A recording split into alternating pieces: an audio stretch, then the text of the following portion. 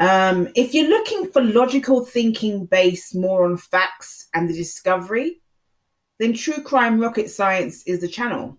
If you're looking to be bamboozled and if you want sensationalized entertainment with camera tricks and gimmicks over long periods of time, then Armchair AD is the channel. These channels have two very different styles and methods of engagement. AD is a genius at getting relevant people onto his channel to discuss the Watts case, which makes him good at self-promotion and legitimizes his conspiracy theories, most of which aren't true, by the way. And True Crime Rocket Science mentioned how AD regurgitates the same theories over and over again.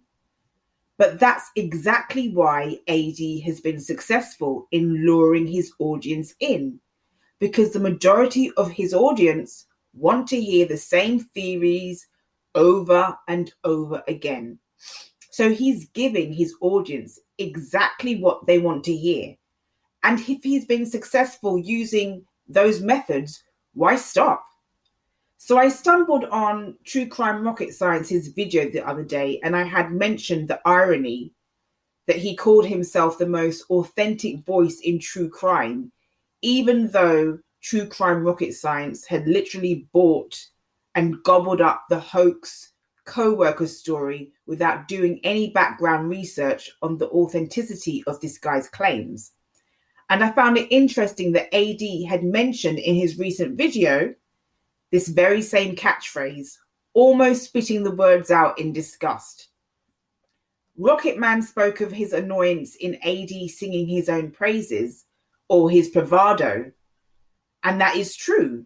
But I'm not here to bash either channel because they both have their positives and their negatives, and both creators have very high levels of ego. So Rocket Man's soapbox really ended up being about the narcissistic behavior of AD and other creators and people on social media, which I agreed with to an extent. But me and Rocket Man fundamentally disagree on the topic of narcissistic behavior when it comes to Chris Watts. I believe Chris Watts is a narcissist and a sociopath. Rocket Man doesn't like that term used at all in association with Chris Watts. But when you look at how his family treat him as if he's the victim, and then go back to how Cindy Watts spoke of him being perfect, and how he manipulates people to get his narcissistic supply, i.e. telling one person one story and another person a different story. Then you look at his lack of empathy and lack of a conscience. All of those factors symbolize narcissistic entitled behavior. The fact that he blames Shanann when it suited him. The fact that Chris Watts thinks he's entitled to get a reduced sentence. That's narcissistic thinking, not to mention the crime in itself. He's a covert, malignant narcissist. And while I don't believe that it's the only reason why he did what he did, I do believe that to commit a crime that severe and then to get on with your day as if nothing happened, I mean, you have to be severely disordered. And then to think you can get a reduced sentence even amplifies my point about him even more.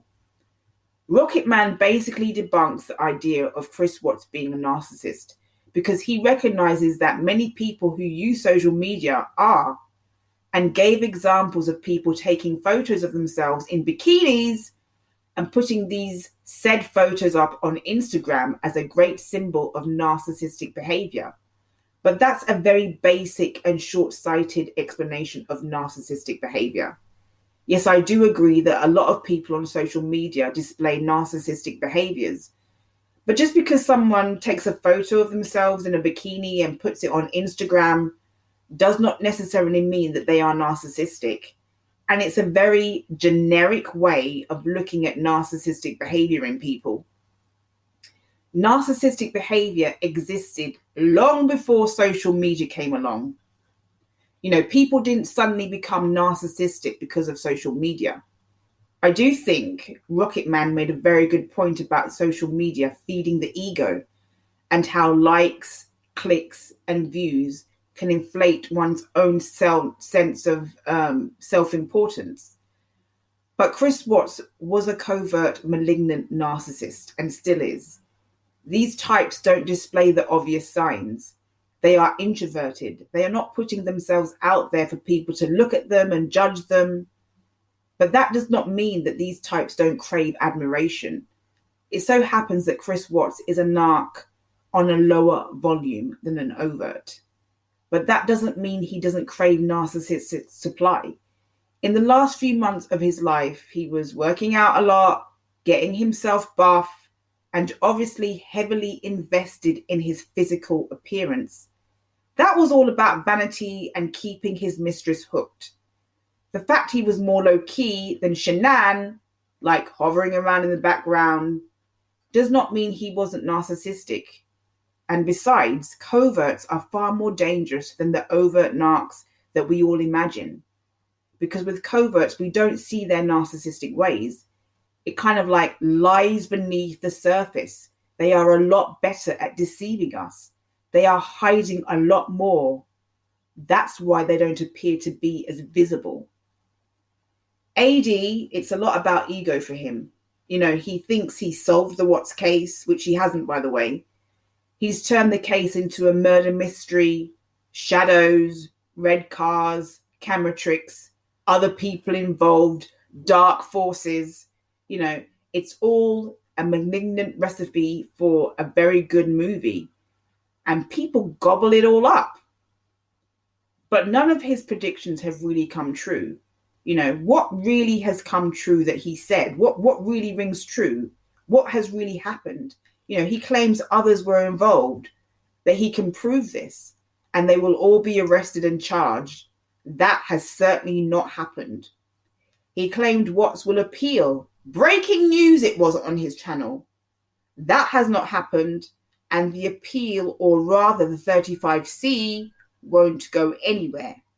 He said Cadle will prove that there is an ongoing investigation. She never proved that there was. AD has also said that he's found NK. Where did that go? Nowhere. AD is indeed engaging, and even people who are not fans of his will tune in to see what other bizarre story he's going to come up with next. But I can't deny that he's good at luring people in and selling bogus misconceptions. And he's also, for the most part, respectful to the guests on his show. And I know that many people who come to this channel like him. Channels like Live Abuse Free, I've had conversations with people about that channel because I think her channel and her analysis on the Watts case is as good as it gets. I give praise where praise is due. She has a huge following, and yet she's never misguided people with hoax conspiracy theories. There's no gimmicks with her, no fancy camera tricks, just honest, logical, and mostly fact-based analysis. I don't agree with what she says 100% of the time, but I have to say she's right most of the time. And I've never heard her bragging about her popularity, her subs, or claiming that she solved the Watts case. I come from the school of people in general are not necessarily all good or all bad, but essentially most of us are a mixture of good and bad. I certainly am not all good. I'm far from being a saint. That same thing can be said for true crime. There are some that have the balanced view that Shanann wasn't as perfect or as saintly as she made herself out to be, or that some have made her out to be, and that Chris Watts wasn't all bad or all evil.